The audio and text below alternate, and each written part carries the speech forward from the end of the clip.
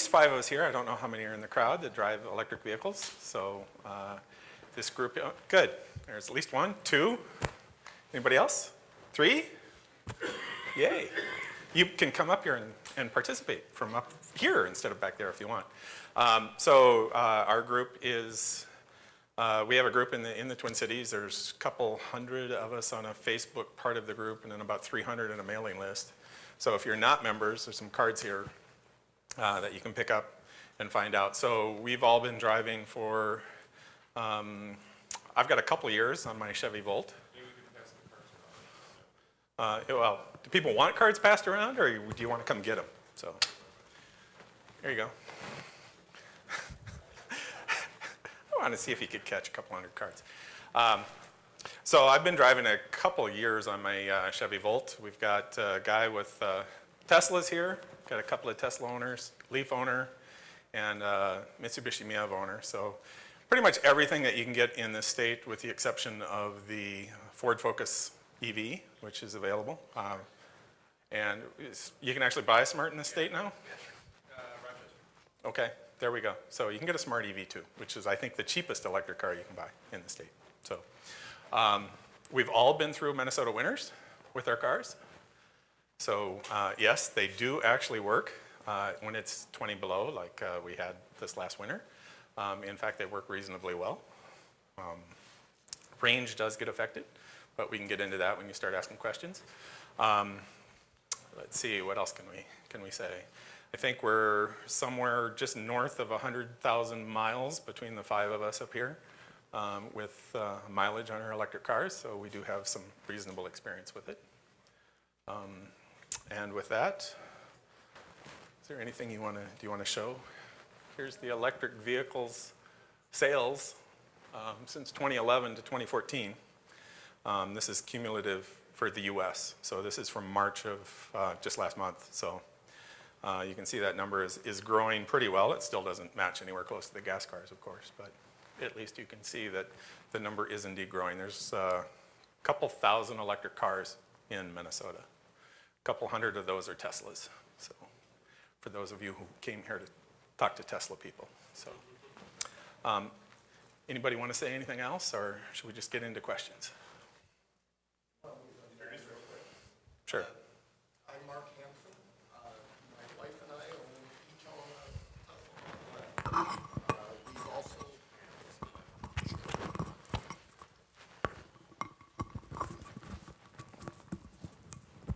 We've also driven a Volt and a converted Prius that we converted to be a plug-in. Toyota wasn't quite offering the plug-in Prius yet, so.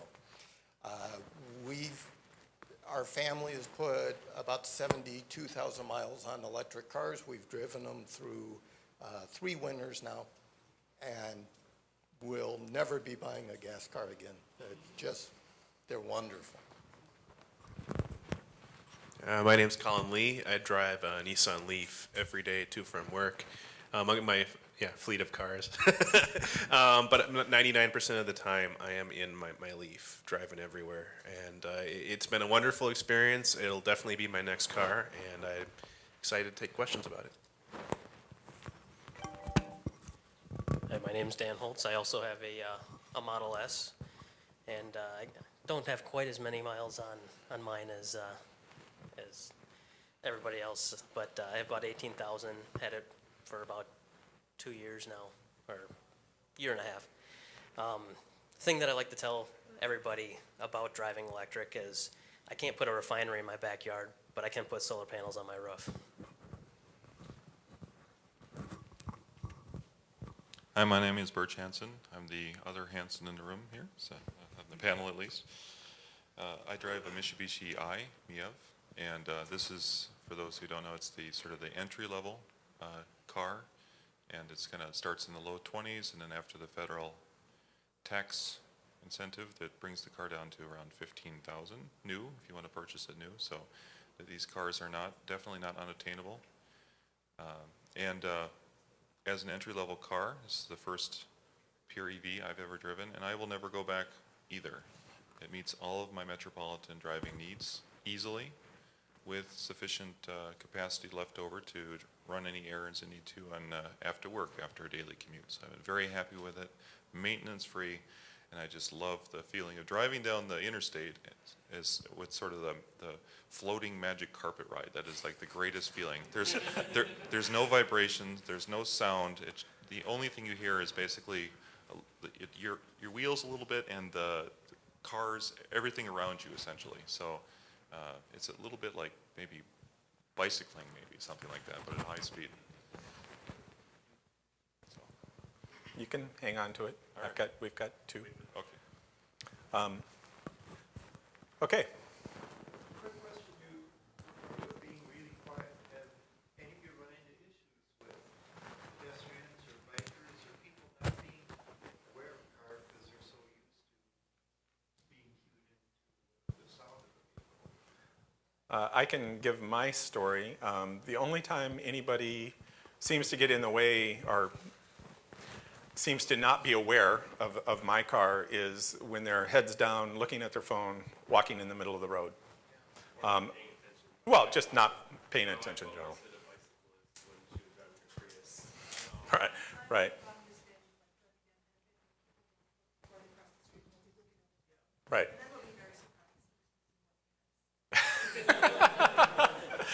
Right. Well, I've run into that in Chevy Cruze. I mean, there's some people, sorry. There's some people that just don't pay attention, doesn't matter how much noise your vehicle is making. But for the most part, yeah, we haven't had any issues with it. Once I was driving up a parking ramp, and there were two people walking ahead of me and away from me in the middle of the ramp parking area, talking to each other, not paying any attention to anything. So I did have to roll down my window and, excuse me, and they got it then, but. Yeah, like I said, I drive a Nissan Leaf, and the Leaf was one of the first electric vehicles to add a pedestrian sound. Now, it sounds a little bit like a spaceship kind of, when you're close up, but it's not very loud. So I have actually had people with their backs turned walking away from me, not aware that there's an electric car behind them. But it's not, I think the assumption was getting ahead of the regulation that's likely to come, and I'm sure we'll see more pedestrian sounds in electric vehicles. I can answer. Yeah, so this is the pedestrian warning approach system, and the federal government requires this in all plug-in hybrid or plug-in vehicles starting 2015 or 2016? 2015. 15, I think. Yeah, it's and the European Parliament just passed the same thing, and I think theirs doesn't take effect till 2018 or something like that. But basically, at those lower speeds, the synthesized automotive-like noise occurs. On mine it's between 2 and like 18 miles per hour. It's important to add in that sound at those speeds because you're not traveling at speed sufficient to generate tire noise. Once you're moving at higher speeds, then you've got tire noise. So listen to any freeway or interstate, and you'll hear that. But I have to.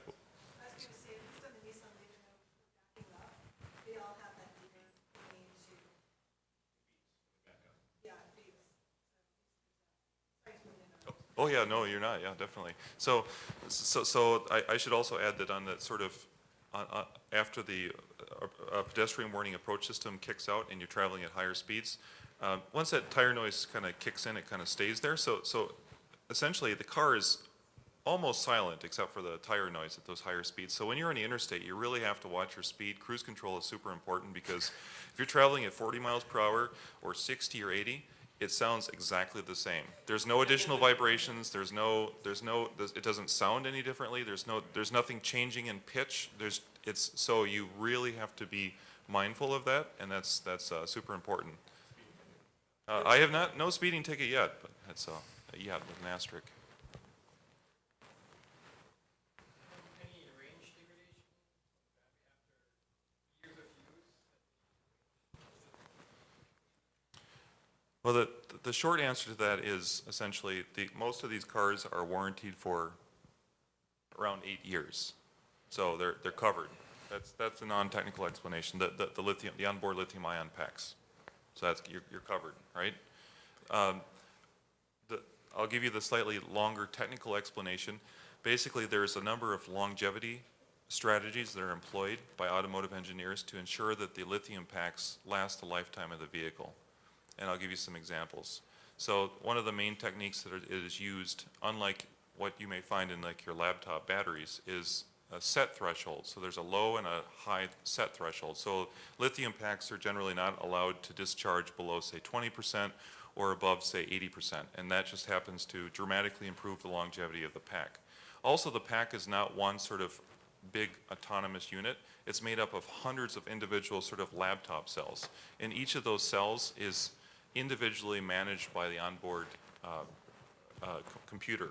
So cells can be, and depending on the model, can be taken in or out of service or treated differently from a charge-discharge perspective, that sort of thing. So that's a management technique. There is also thermal management, so either liquid or air-cooled or heated. These basically lithium-ion cells like to be about the same temperature as the human body. So anything you can do to kind of thermally manage the battery to keep it not too hot, not too cold, kind of in the Goldilocks zone, happen to also, again, dramatically extend the life of the pack. So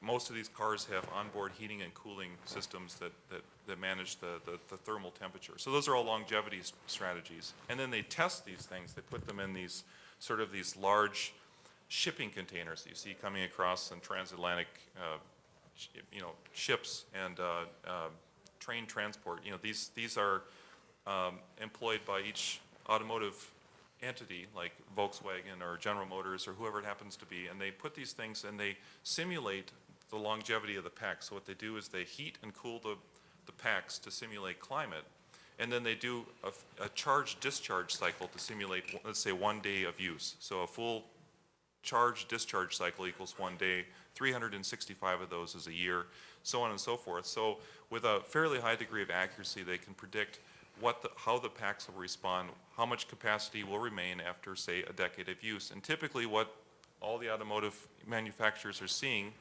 and then they all share roughly the same chemistry, it's all lithium ion for the most part, is that roughly after a decade you will retain roughly 70 or 75% of the original capacity after a full decade of use. And that's a lot. So if you buy a, yep, go ahead. Okay. I put my 2 cents in as well. This has been tested a lot, and there are a lot of people with many, many, many miles on the road, more than any of us here have. There was one Leaf owner out in, I believe it was Oregon, who managed to put on 80,000 miles in 1 year through fast chargers. They're level 3, 440 volt chargers. And it was every single day charging off those on the freeway. And I understand he lost less than 10% of capacity after 80,000 miles. So one of the things we're finding out is that the biggest factor for losing your range is probably overheating your battery. You don't want to overheat your battery. And the best thing you can do is make sure if it's going to be sitting out in extremely hot weather, don't leave it fully charged. But other than that, there is some degradation. There's an assumption that after about 8 years or so, you may have around 80% of your capacity left, maybe. That's kind of just the rough guesstimate we're hearing. And it seems like most of the guesstimates have actually been overly conservative, that people are seeing better results than what they've been told.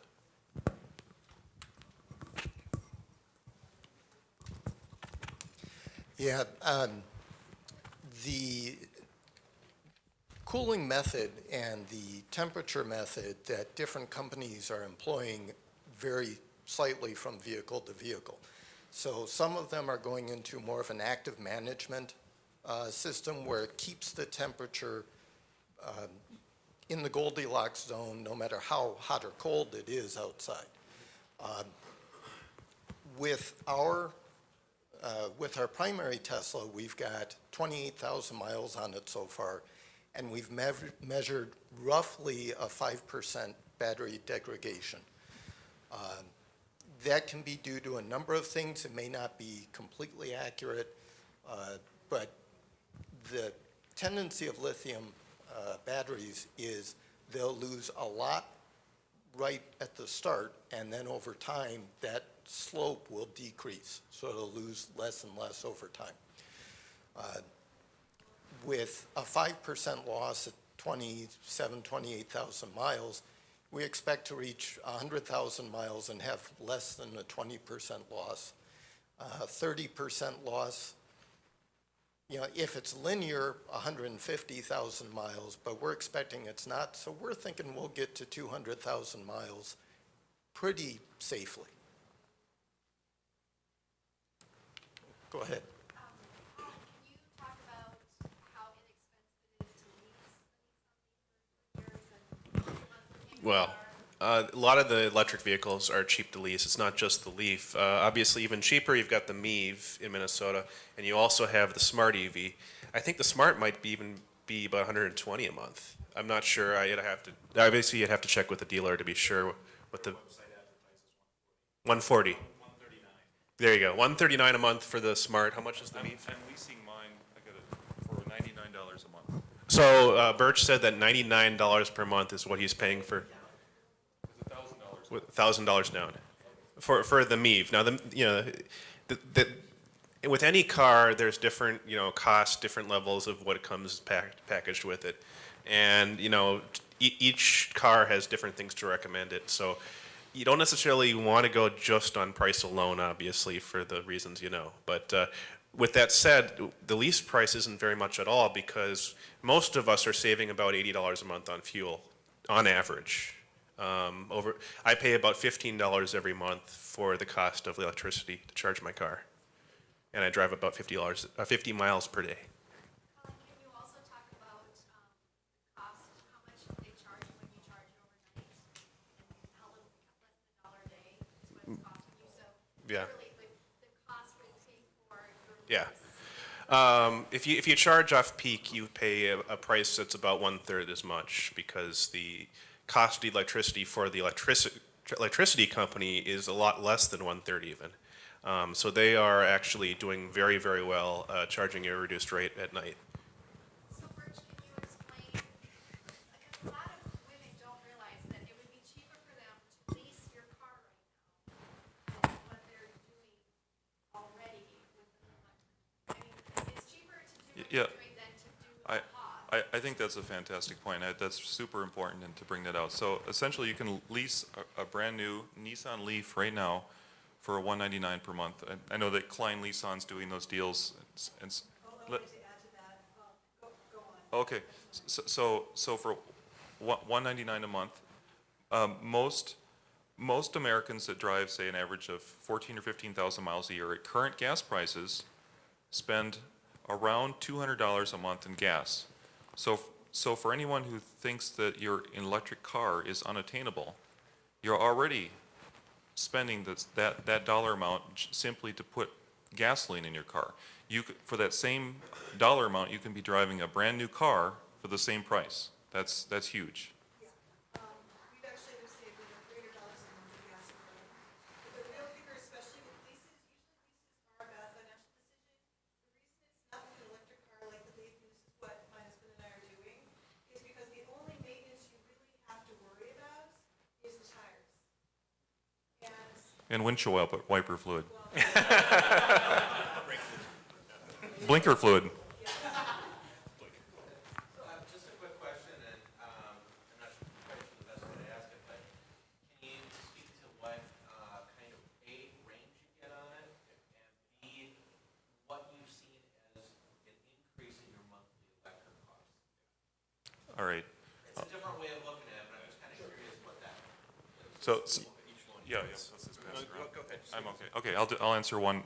I'm not sure which order, but typically, if you're driving an average of 15,000 miles a year, you're adding roughly, rule of thumbs, you're adding $15 to $20 per month to your electric utility bill. That's your fuel. $15 to $20, and per month. Per month, yes, per month. Can I add something? Yeah. And if you pay $5 more a month, you can get wind energy instead of regular. So essentially, help me say this now. So if you're getting wind energy through the regular electric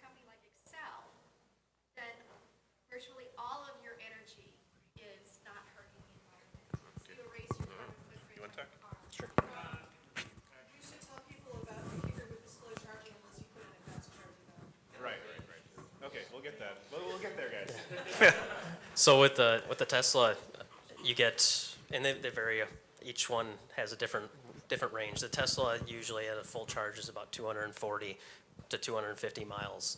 And to speak to the actual charging, if you're doing that on a normal 110 outlet, it's going to take a long time. You're talking 30 to 35 hours to recharge that. So you definitely want to be on something that's a higher voltage and amperage. I use it's called a NEMA 1450 at home. It's essentially a 50 amp dryer outlet. And with that, I can fully charge in about 8 hours. But the thing with charging is it's a function of your amperage. If I charged at 80 amps, I would charge in 4 hours. They have superchargers that charge at, 300 or 400 volts? Yeah, 440 volts, 320 Yeah, 320 amps at 400 some volts. That'll get you a full charge in about 45 minutes. Yeah, like I said, I drive a Nissan Leaf. I typically get a range of between 50 and 100 miles. Now, 50 is the kind of range you'll get in like the Arctic, what do they call it, polar vortex weather. With the Leaf, it doesn't have as much active heating, so cold weather has a huge impact on your range. But it hasn't been a huge factor for me because I charge at work, as well in the winter, and that extends my range just off a 110 volt outlet. People always hear about how long it takes to charge and think it's a lot because when you hear about charging rates from empty, it sounds like a lot, but nobody charges their car from empty. If you're charging your car from empty, that means you ran out of gas. So generally most of the time it takes me about 2 or 3 hours in the middle of the night. My car just starts charging because I plug it in every night. And every morning I start with a fresh tank. It's a different way of thinking about charging and filling up your car. We find that we get about 200 miles of range in the winter and about 300 miles in the winter, or in the summer, sorry. Dan's got a little more of a lead foot than we do, but that's, he's also got a nicer car than we do. But, and a large part of that is it's got the active temperature management, but that requires energy. So you are using more energy even though the batteries are at a nicer temperature for the batteries. So the winter gets you one way or the other. That's the biggest difference. We also charge on the NEMA 1450 outlet, basically overnight. The gentleman who created the club that we're all a member of, Yuka, phrases it that it takes him about a minute, 30 seconds to a minute to charge his car. He gets home, he plugs it in, walks in, has dinner, watches a movie, goes to sleep, wakes up in the morning, takes another 15 seconds to unplug the car. It's got a full tank in the morning. It really is a matter of while you're charging, you're not losing time that you can be doing other things. Okay, I'll do, since I have the most complicated electric car of the group here, the Chevy Volt is both electric and has the range extender. So I have the worst of both worlds or the best of both worlds, depending on how you want to look at it.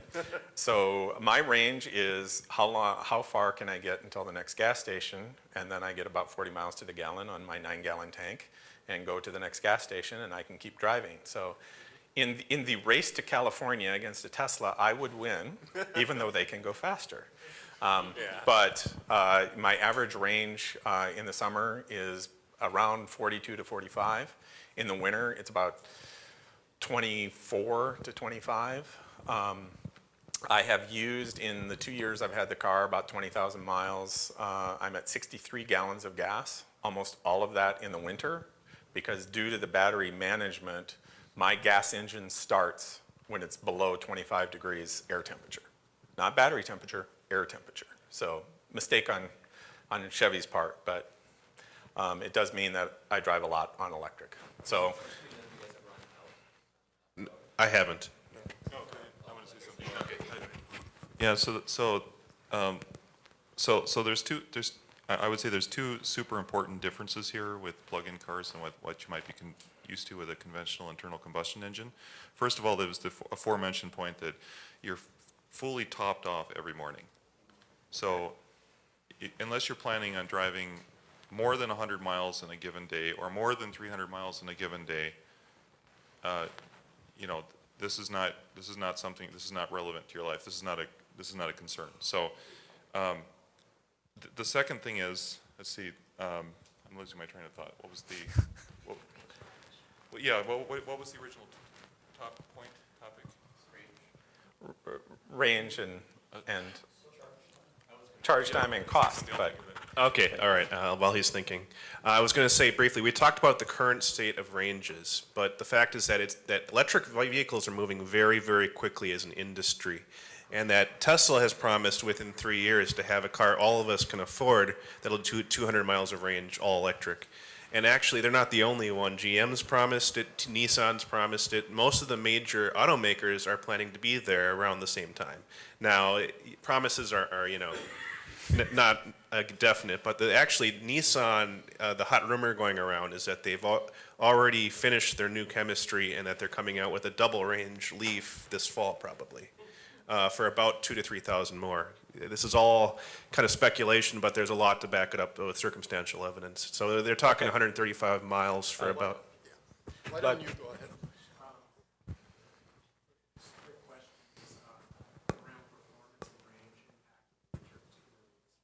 Yeah. I'm most interested in the Tesla models. Like, I know there's a range difference.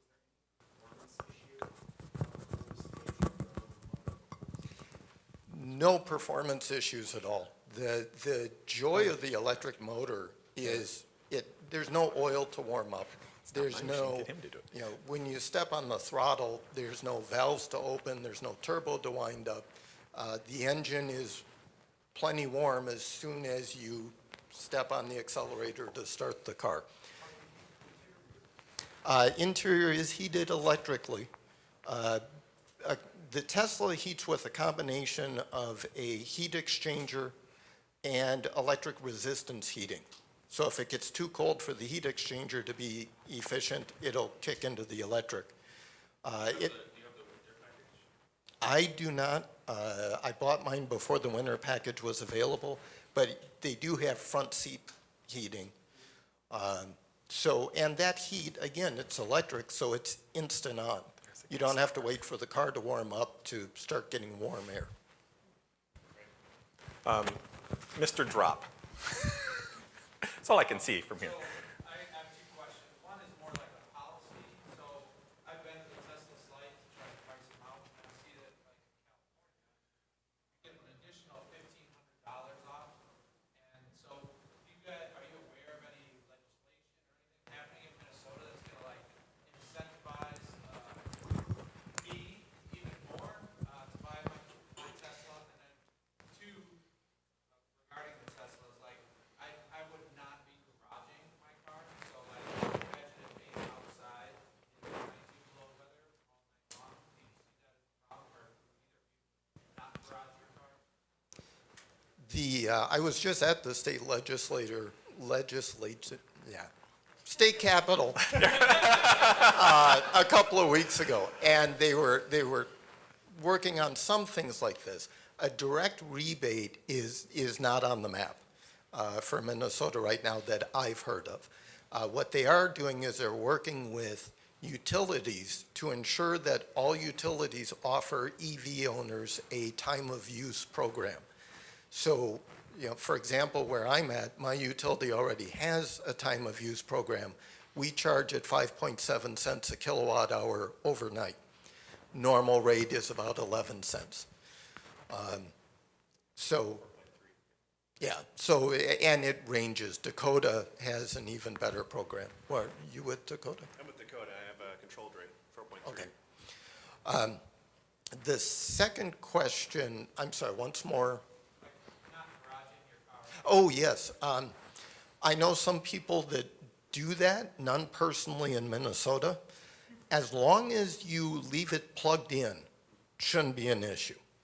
So if you've got some way to plug it in while it's outside, should be in good shape.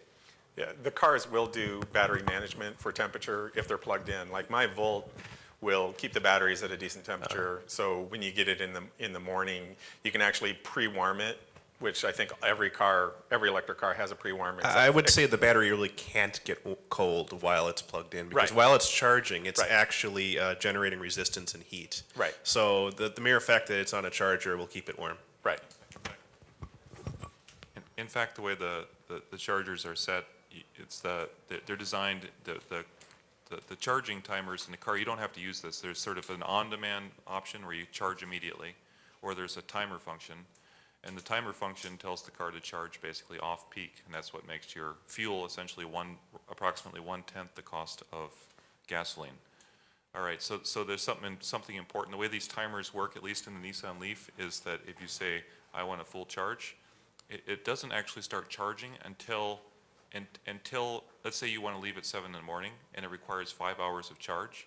It doesn't start charging until 2 in the morning, optionally, and that's important because that means it's been charging right up to the point, right up to the time that you plan to leave, and that means that the cells are nice and toasty warm because they're heated just through the process of charging. So.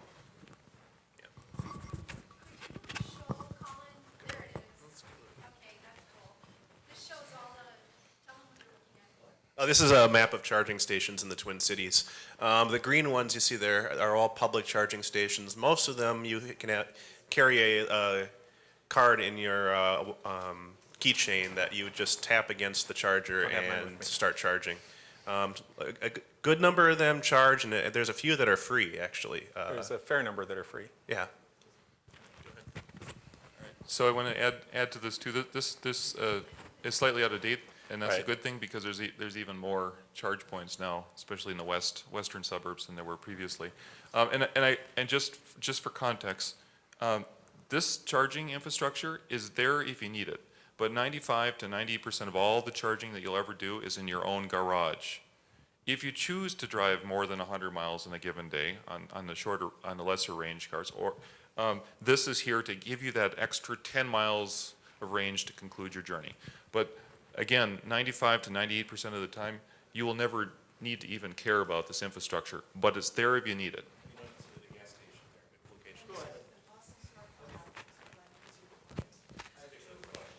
So I would love to have like a design, but I have a longer, Okay. so I'm like a 47, 45 miles each way, Yeah. right? So of course, it's like, even if I were to drive, let's say I had a leaf, right? So you're saying in the winter time, Right. I like barely getting to work on a full charge. You're saying 45 each way?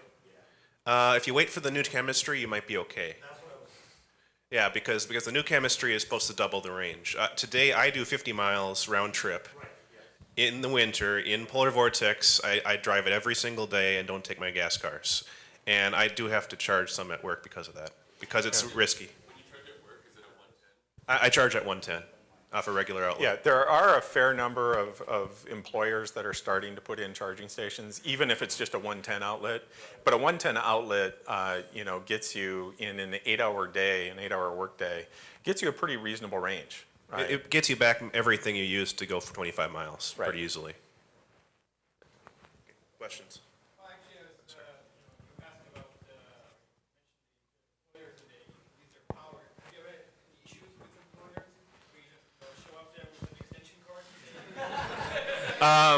It's special. It's kind of special for me because I took a new job with a startup that was willing to do it as a condition of employment. But with my previous, it was part of my salary package, right?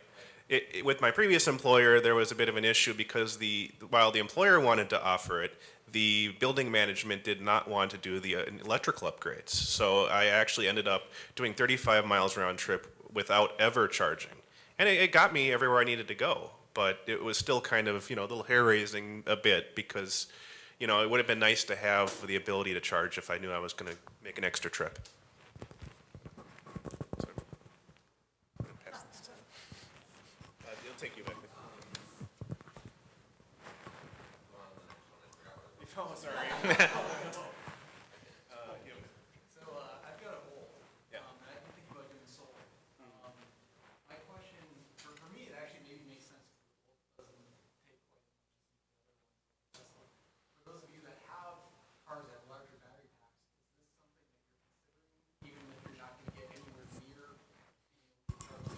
going to say, pass it to Mark.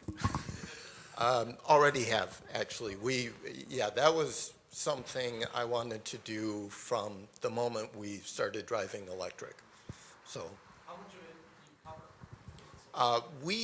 we actually cover all of our annual driving with both cars with solar.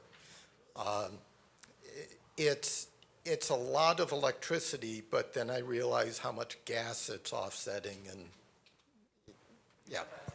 How big of a solar installation you have? Ours is a 9.6 kilowatt installation, and it covers all of our cars plus about 20%.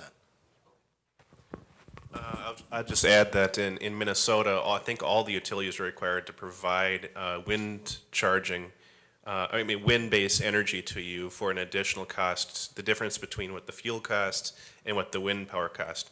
And for us, that's been about $3 a month. So if you can't really afford to put the solar panels on your house, you can certainly afford to pay a little extra for some wind power. Yeah, I use WindSource for mine, and because of the fuel surcharge that all of you are paying who don't have WindSource, my actual WindSource bill for a month is less than $1 for the last several months. Because you get charged with the fuel surcharge, I get that back. So.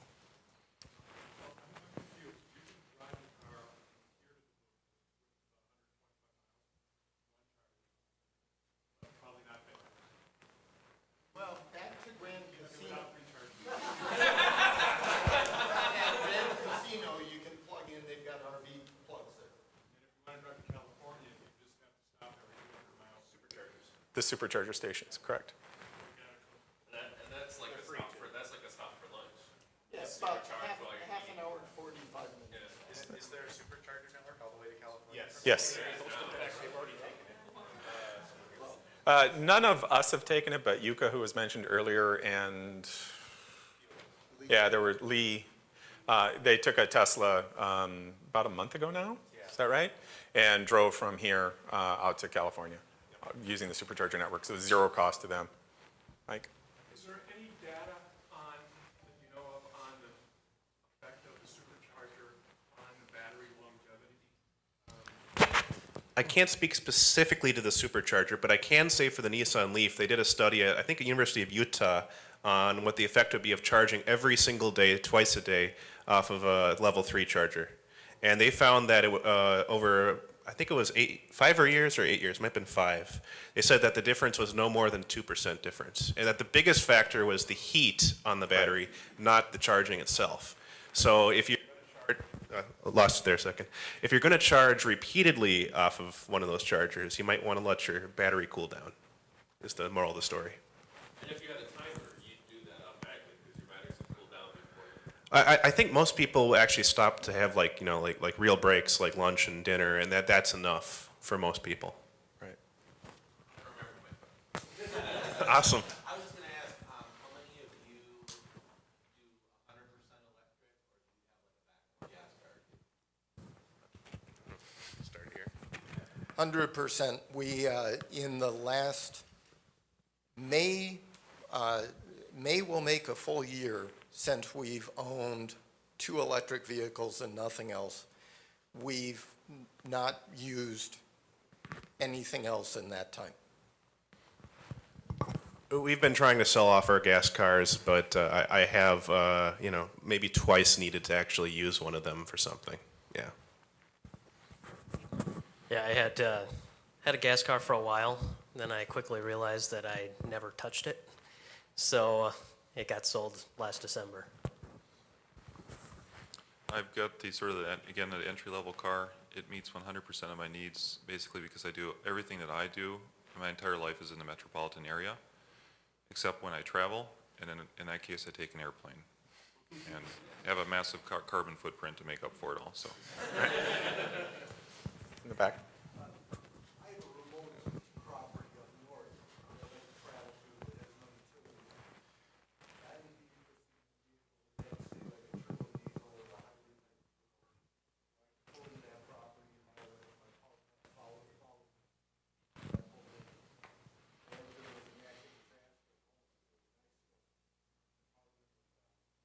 So you're talking like car to grid kind of stuff, like powering your house off of a car?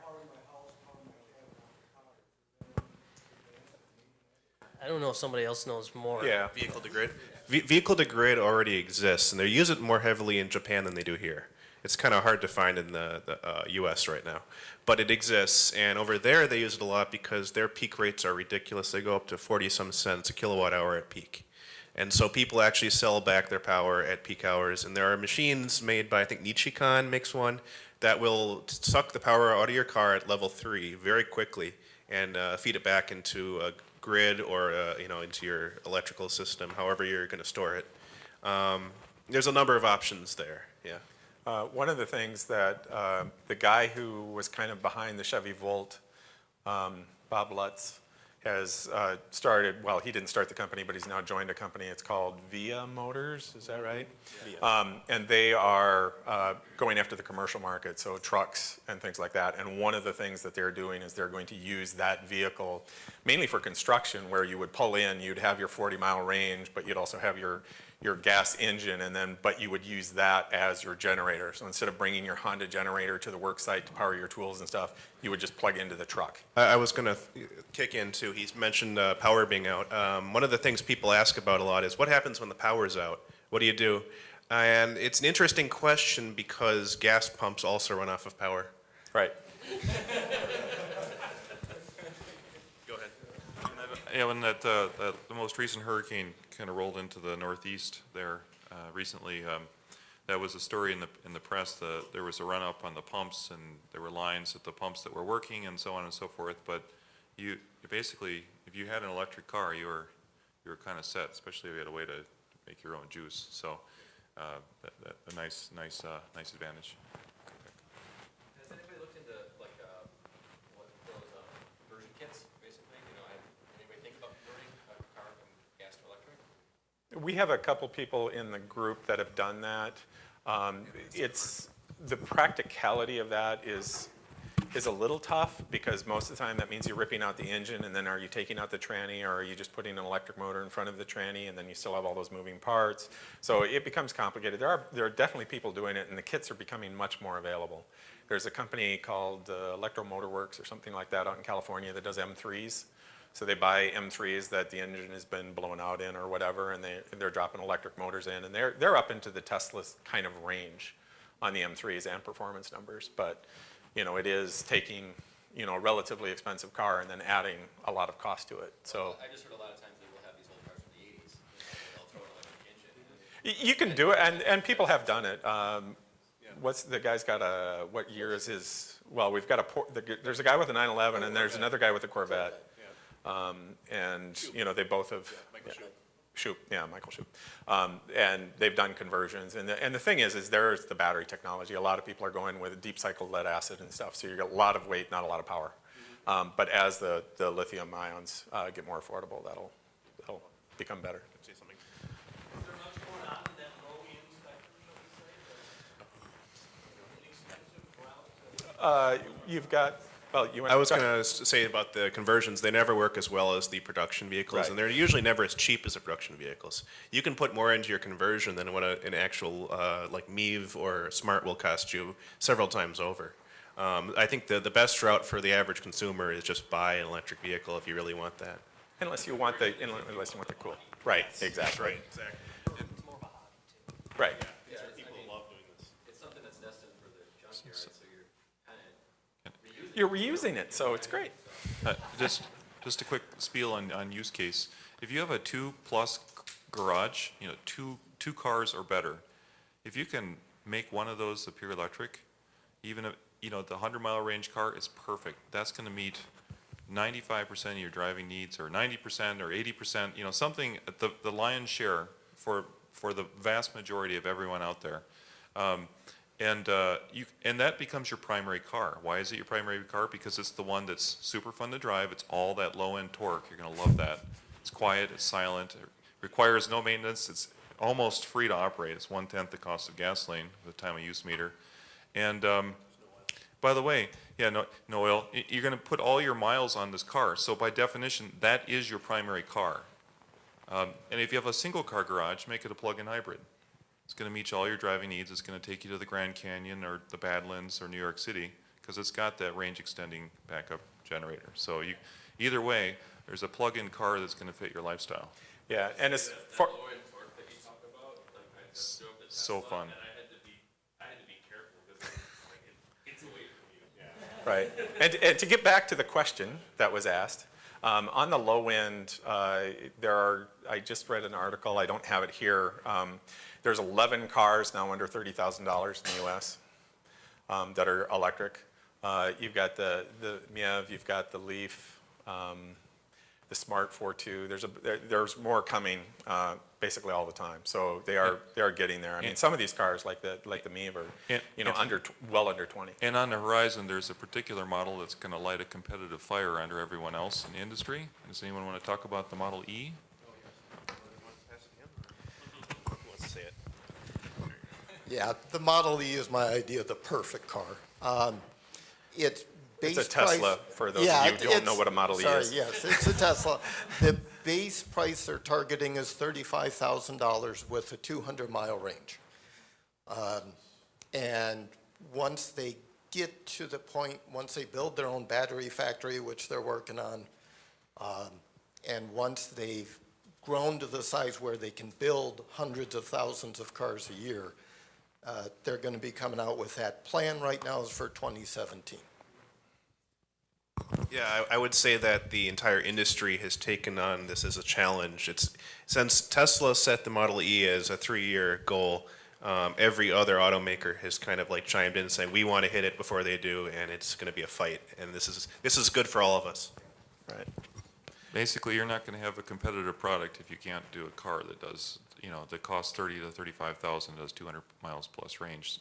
You're not in the game at that point. So that means everyone else in the industry has to come up with something that does something functionally similar to that. That's super important. I should mention that probably most people in this room are familiar with Moore's law. Unit cost every 18 months, a half. It's a logarithmic function. All of that. In battery technology, it's a decrease of 50% roughly. This is roughly every 4 years. So every 4 years, it's a longer time frame, but it is still logarithmic functionally every 4 years, roughly. So right now, it's about $500 per kilowatt hour to produce lithium ion chemistry-based batteries, and so you know that it's 2014, so 2018 it's going to be $250, and then $125 in 2022, and so on. And that, by far, is the single most expensive component in these cars, and it is dropping like a rock. Okay, we have about 1 minute left. Anybody who has a question? You guys have mentioned the cost of the cars. I'm curious what the additional cost of your charging infrastructure is. It cost me about $50 to install an outlet. I actually charged off level 2, so we had to get an electrician. I bought a portable level 2 that cost about $400 plus I think maybe $300 for the electrician. I know the electric company paid for their side where the meter was involved. Yeah, I can't wire my own stuff like Dan, so it costs us about $200 to have an electrician put the outlet in. 40 amp, same speed as a level 2, just handled a little differently with the Tesla. Yeah, 220, 40 amp.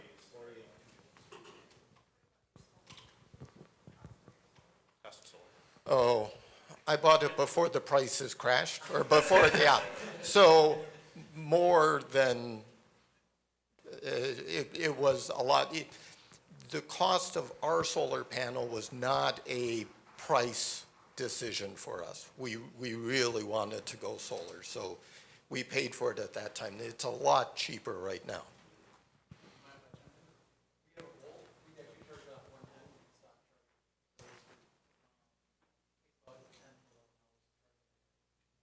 From completely dead. Yep. Time for one more question if we run a minute long. So really comparable to the equivalent price. I mean, I asked my agent just because it came up. It actually came up in the Facebook group. And I said, okay, is there anything that the Volt is more expensive? And he's like, no, it's very competitive for the same kind of price vehicle. So. Tabs are exactly the same for a car that price. I mean, yeah, they're high, but they're high for any car that's in that kind of price range. Resale, I'm leasing my Volt, and the leasing company certainly thinks it's going to have a high resale value, so that's good for me. Whether or not it will really have that resale value, I don't know, but it doesn't really matter as far as my concern is. But they do seem to be holding it. In fact, a Tesla right now, if you bought a Tesla and sold it, you could actually charge about 120% of what you bought it for, because people want to get that now instead of, 2 months from now.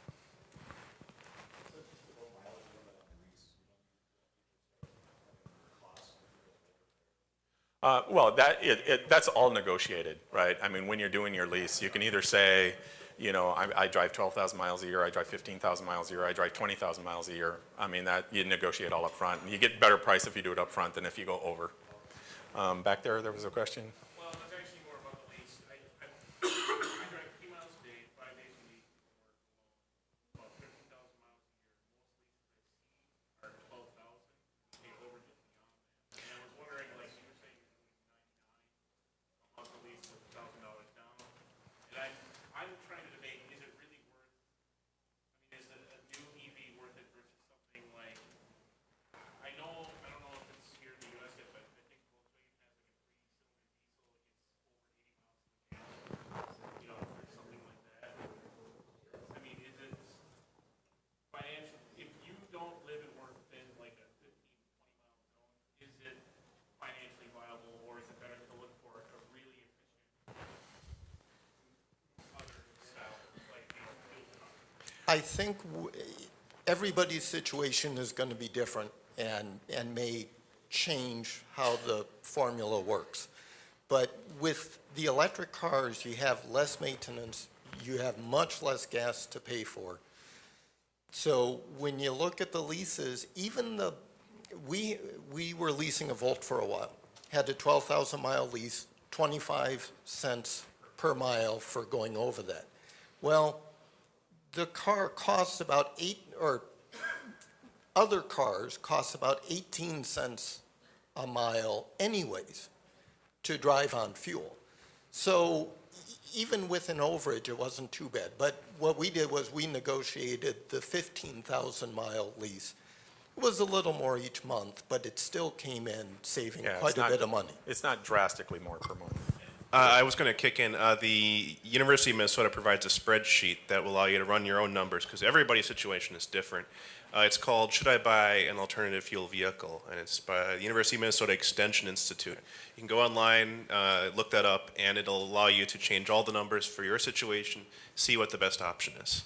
Okay. The other thing I wanted to add on my thing too is I work third shift, so my charging would be during the day. I mean, is there that drastic of a difference in price? If you're not on a time of day rate, during the day most people pay about 10 or 11 cents. It costs 3 times as much, but 3 times $15 a month isn't that much. Charge at work. There you go. You're the only one there, right? So you just plug it in. Well, there you go. See, if the CEO's got a Tesla, you're good. That's it, everybody. We're 4 minutes past. Thanks for coming.